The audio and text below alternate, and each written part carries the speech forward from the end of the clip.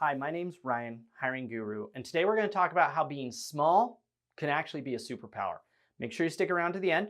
I'll give you access to one of my greatest tools that's used by small companies to beat out big companies when it comes to attracting talent to their jobs.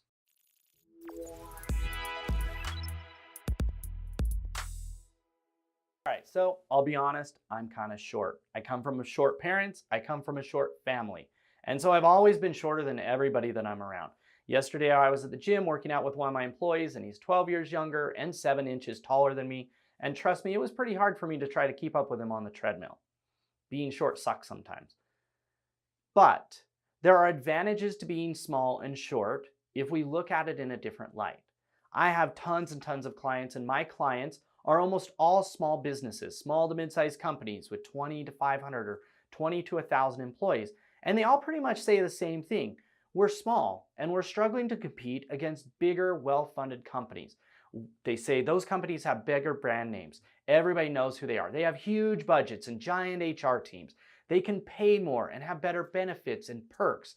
They are the Goliaths, and we were just these little Davids. We're disadvantaged by what we have access to or what we're able to do.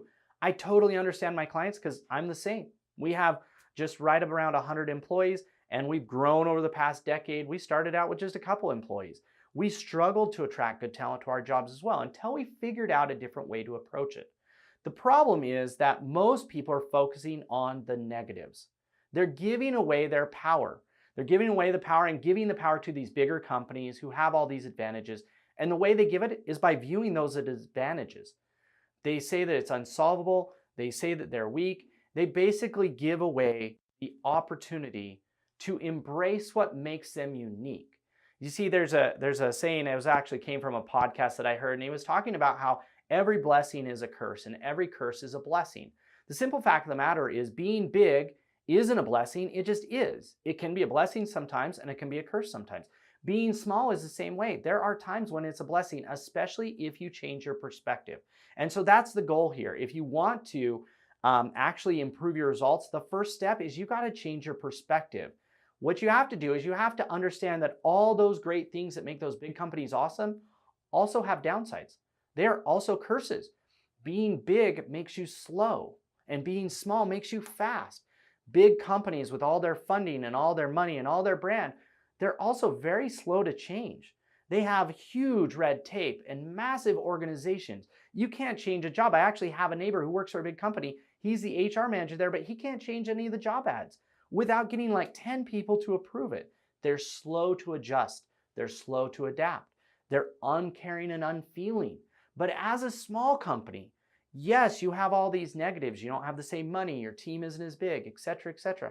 But what you have is actually those things turned upside down that are very, very powerful. You're fast and agile. You can make changes without even anybody noticing. Your big competitors, they underestimate you. They won't see you coming.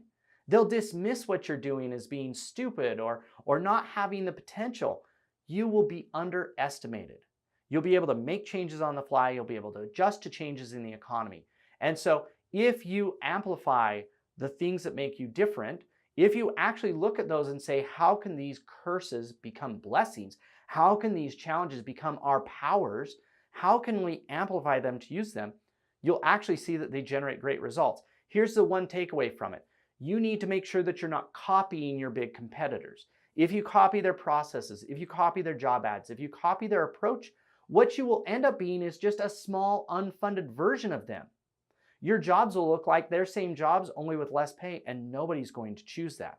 Instead, what you want to do is you want to make distance between them and you.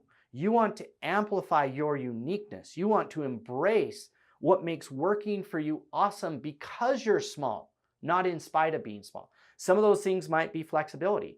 It might be the fact that your roles are loosely defined. It might be that I know when I was starting out, I worked for a 100-employee company. The entire reason I'm where I'm at is because I worked for this small company. I was able to take on jobs in marketing even though I was the accountant. That never would have happened at Wells Fargo. That never would have happened at a big company. I was able to try new things. I was able to embrace or engage people in different departments that I never would have had access to at a bigger company. All of these things are positives for certain job seekers. They want flexibility.